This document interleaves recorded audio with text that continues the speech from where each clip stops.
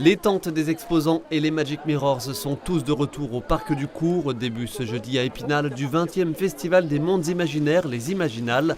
Festival littéraire principalement, mais ici on parle également bande dessinée, illustration, cosplay et cinéma. Près de 200 auteurs invités, dont quelques têtes d'affiches étrangères. Citons l'américaine Jenn Lyons.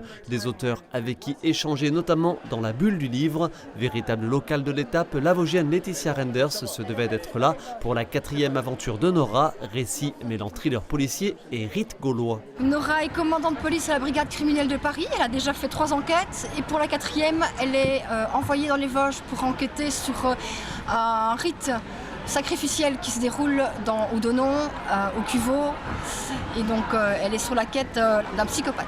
Michael Roch est lui né à Lyon, mais il vit désormais sur les terres de ses ascendants, la Martinique. Un jeune auteur dont les premiers romans ont été salués par la critique, Terre Marron est son dernier opus. Ça raconte l'histoire d'une bande de débrouillards qui sont partis à la recherche de la terre de leurs ancêtres quelque part sous l'immense ville qui est devenue l'arc caribéen. Enfin, de Cuba jusqu'au Venezuela, il n'y a plus que l'Anville. Et sous les murs, sous les étages, se trouve peut-être le tout-monde, la terre des ancêtres.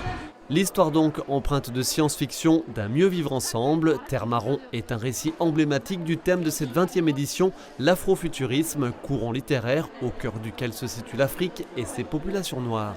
Pour les 20 ans, on aurait pu faire simplement des conférences plan-plan, tranquilles, tout marche bien, voilà. Et on s'est dit non, il fallait, en tout cas, c'était mon point de vue et il a été accepté, ça a été de dire il faut quelque chose de novateur. Il faut être en phase, quand on est un festival qui a 20 ans, il faut être en phase avec tout ce qui se bouge, tout ce qui se fait de nouveau. Il faut être à l'écoute de la société. La littérature, elle nous fait rêver, elle nous emmène ailleurs, mais elle nous ramène aussi parfois par certains détours aux questions de société, aux questions qu'on se pose tous comme êtres humains.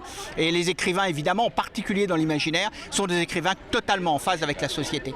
La renommée mondiale des Imaginales d'Épinal n'est plus à faire. C'est le premier festival européen dans le domaine de la fantaisie.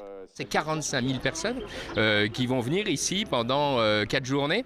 Et donc, ça va participer à la vie culturelle et artistique de la ville. Mais aussi, il y a un impact économique, puisque maintenant, pour trouver un hébergement sur Épinal pendant ces 4 jours, il faut faire au moins 50 km. L'autre attrait de cet événement, et contrairement à d'autres festivals du genre, c'est sa gratuité. Rencontres littéraires, tables rondes, reconstitutions historiques, les Imaginales d'Épinal se poursuivent jusqu'à dimanche.